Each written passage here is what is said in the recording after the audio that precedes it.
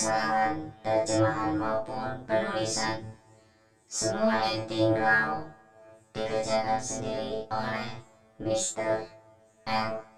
Asisten Mimin yang suaranya cempreng kayak kaleng tapi bukan kaleng-kaleng. Lagi cek sound. Semoga handphone Mimin tidak ada kendala dan tidak noise karena lingkungan. Kemarin udah recording ternyata noise parah pake banget. Jadi Mumun yang recording. Lanjut tarik bang. Semongko. Mumun akan membacakan light novel Apoteosis chapter 1369 dengan judul Celah Hua Tianming. Beberapa orang di dunia ini adalah lawan murni, dan beberapa orang adalah teman dan lawan. Luo Zeng adalah tipe orang yang terakhir, dan dia sangat jelas tentang hal ini. Luo Zeng memandang pedang yang patah di samping. Warna pedang redup, bilahnya sedikit rusak, dan itu terlihat seperti pedang besi biasa. Pedang ini telah memberikan kekuatan besar pada pedang soliter, kata Mimin. Mungkin yang dimaksud di sini adalah pedang dugu. Dalam persaingan saat ini memang sangat berguna bagi Luo Zeng. Dia mengambil langkah dan menangkap pedang di tangannya. Ketika Luo Zeng baru saja menyentuh pedang, dia merasakan pemikiran besar dan menghubungkan dirinya dengan pedang. Pikiran itu tidak menyampaikan informasi khusus. Biarkan Luo Zeng mencari tahu. Ada roh pedang yang kuat di pedang ini. Luo Zeng hanya mengaktifkan sementara pedang, dan roh pedang ini tidak secara aktif berkomunikasi dengan Luo Zeng. Kedua belah pihak memiliki beberapa pemahaman diam-diam. Itu adalah kerjasama sementara. Ketika dia mengangkat pedang, dia menyadari bahwa dia sedang memegang bulu. Dia sangat ringan. Jika pedang tidak memiliki berat,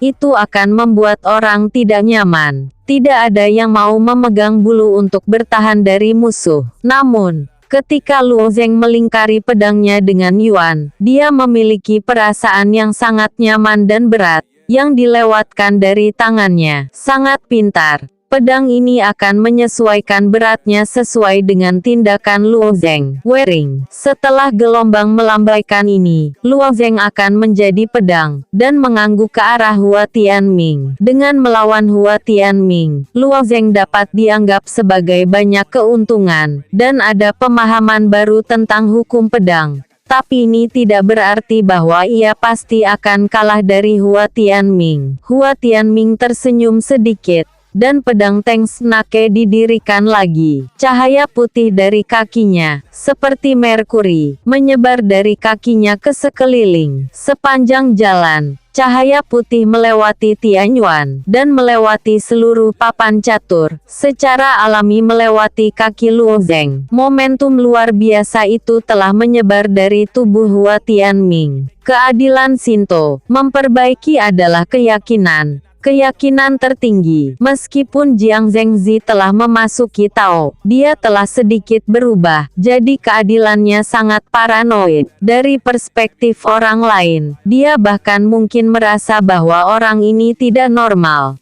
Pedang itu berdiri di tengah-tengah wajah Hua Tianming, dan cahayanya bersinar di mata. Semua orang dapat melihat bahwa kehidupan Hua Tianming saat ini mungkin untuk mengakhiri pertarungan ini. Sejak awal, Hua Tianming selalu memanfaatkannya. Seluruh dunia orang, termasuk banyak tuan tanah dan Tianzun, juga percaya bahwa Hua Tianming akan menang. Kata Mimin, mungkin yang dimaksud tuan tanah adalah para pemimpin klan, atau para penatua. Lanjut sob. Luo Zeng menarik napas dalam-dalam. Kekacauan tubuh tiba-tiba keluar dan mulai berkumpul di sepanjang lengan kanannya dan menyebarkannya melalui pedang. Kekacauan murni. Roh pedang di pedang yang patah milik Dugu ini juga sangat bersemangat. Sebelumnya itu hanya keraguan. Luo Zeng ini bisa melepaskan kekacauan. Sekarang sepenuhnya dipahami bahwa orang ini benar-benar mempunyai hukum kekacauan. Di bawah infiltrasi kekacauan murni kekacauan, roh pedang di pedang yang patah ditahan dan diserap. Luo Zeng juga merasakan perubahan pada pedang. Beberapa gasnya yang kacau tampaknya telah dicuri. Tapi ia baru saja diresapi, dan gas yang kacau itu dicuri hanya sebagian kecil, setara dengan 1/10,000 lautan kekacauan tidak ada di sana, dan tentu saja tidak peduli. Namun, roh pedang berbeda. Dia sangat tertahan pada awalnya untuk menyerap kekacauan dan digunakan untuk memberi makan dirinya sendiri. Ini bukan replika dari ruang mimpi,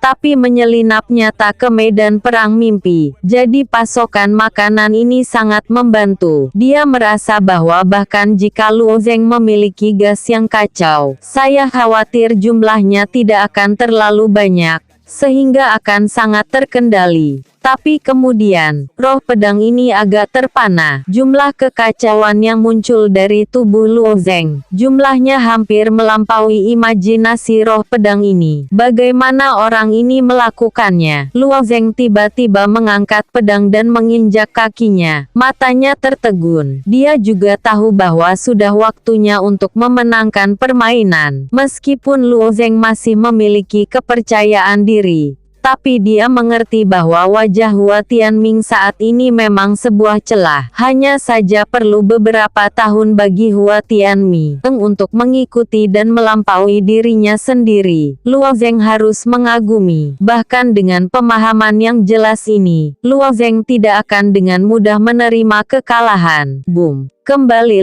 Kembalilah ke pedang Yuan Jian. Melihat arah tarian pedang Luo Zeng, roh pedang terbenam dalam kekacauan gas, tapi juga melakukan segala yang mungkin untuk bekerja sama dengan Luo Zeng. Itu awalnya harta karun kekacauan. Metode teknik pedang Luo Zeng, yang menggunakan aturan emas untuk membawa kekacauan, juga berasal darinya. Dengan kerja sama ini adalah tren alami yang dapat memacu kekuatan yang lebih kuat. Cahaya keemasan dari jalan adalah teratai emas, yang dipenuhi dengan cahaya abu-abu. Tapi pedang ini jauh lebih menyilaukan daripada sebelumnya. Pedang yang sunyi senyap dan melihat bahwa pedang yang patah milik Dugu telah mengerahkan kekuatan yang gitu besar di tangan Luo Zeng. Pinjaman pedang untuk Luo Zeng diprakarsai oleh Dugu sendiri. Pedangmu bagus. Ayo, Hua Tianming tersenyum. Ini tempat terbaik untuk berakhir di sini. Dalam pertempuran ini, Hua Tianming akan menang. Di bawah munculnya ular-ular, ada jalan berbentuk belah ketupat terjalin. Jalan-jalan itu seperti permata sejernih kristal, memancarkan kilau murni dan tanpa cacat. Mereka padat berkumpul, menempati semua ruang di sekitar Hua Tianming. Hanya menyisakan jalan. Ikuti jalan itu. Hua Tianming mengangkat pedang, melangkah, lari, seperti naga dari kawanan. Ia muncul dari jalan setapak di ngarai, dan noda perak pada pedangnya menyebarkan lintasan berat lain. Momentum yang luar biasa dari momentum semacam ini adalah membuat para penonton terkejut. Kehidupan Hua Tian mengalir ke Luo Zeng dan bergegas ke Yuan Yuanyi Senjian, yang dibawa oleh Luo Zeng. Dia bahkan tidak memilih untuk menghindar, tapi berlari ke depan dengan menyerang Luo Zeng. Pedang abu-abu keemasan yang tajam menikam Hua Tian, dan menikam pedang yang secara horizontal vertikal. Zing! Ditemani dengan suara keras, Jiang Wang itu langsung dipotong menjadi dua bagian dengan sentuhan pedang mengenai di tangan Luo Zeng. Pada saat ini, Hua Tianming sedang menuju ke hulu. Cara yang baik untuk menguasai Hua Tianming. Mengerikan dan mengerikan. Kekuatan pedang Luo Zeng juga cukup menakutkan. Tapi kehidupan Hua Tianming ini sebenarnya membanting dengan Jiang Wang. Medan perang mimpi ini adalah yang pertama. Ternyata bukan Hua Tianming, tidak lain adalah semua orang di alam semesta telah mencapai jawaban yang sangat konsisten pada saat ini. Bahkan, wajah gadis misterius itu menunjukkan warna penyesalan. Sebenarnya, aku menghitung Luo Zeng untuk mendapatkan yang pertama, Tapi orang ini mendapatkan pedang Ciou. Hidupnya lebih baik daripada hidup Luo Zeng. Apa perkiraanku salah? Ining Yudi diam-diam melihat adegan ini. Si Qin Qin juga diam. Mereka belum pernah melihat Luo Zeng dikalahkan. Setidaknya menghadapi yang kuat di dunia yang sama. Di dunia inilah Luo Zeng tidak jatuh tertiup angin. Sebuah kebetulan. Bila pada akhirnya, aku kalah dari Hua Tianming. Hati kedua wanita itu juga menghela nafas keajaiban nasib ini. Aliran berlawanan Hua Tianming. Kecepatannya sangat cepat. Jiangwang Luo Zeng. Pedang-pedang itu pecah terbuka di kedua sisi, langsung memotong dua sisi papan catur seluruh dunia. Kedua pedang itu bertabrakan secara langsung. Kali ini, Luo Zeng tidak jatuh tertiup angin. Tapi pada kekuasaan, Luo Zeng lebih rendah. Luo Zeng adalah langkah cepat ke belakang. Pedang panjang, dan mulai membuat pedang kedua. Hanya saja Hua Tianming tidak pernah memberi Luo Zeng kesempatan. Di bawah cahaya, gelombang riak menyebar. Luo Zeng hampir mengandalkan naluri untuk menghindari pihak lain. Tapi pada saat ini, ada bekas darah yang tak terhitung jumlahnya di salah satu tangannya. Tangan Luo Zeng seperti dihancurkan oleh sabit. Luka-lukanya padat. Lukanya diuraikan dengan darahnya sendiri. Persis sama dengan riak yang dilepaskan oleh Hua Tianming. Jika bukan Luo Zeng yang memiliki tubuh artefak, tangan ini mungkin telah menjadi berkeping-keping. Hua Tianming tidak berhenti sama sekali. Tapi juga riak menyebar. Dengan kecepatan Hua Tianming, Luo Zeng tidak bisa mengelak. Kali ini, itu adalah wajah Luo Zeng. Dari wajah Luo Zeng ke leher, dia tergores dengan lukayan. Tak terhitung jumlahnya dalam proporsi yang sama, dan itu terlihat sangat menyedihkan. Setetes darah masuk ke mata Luo Zeng, dan ada keengganan yang mendalam.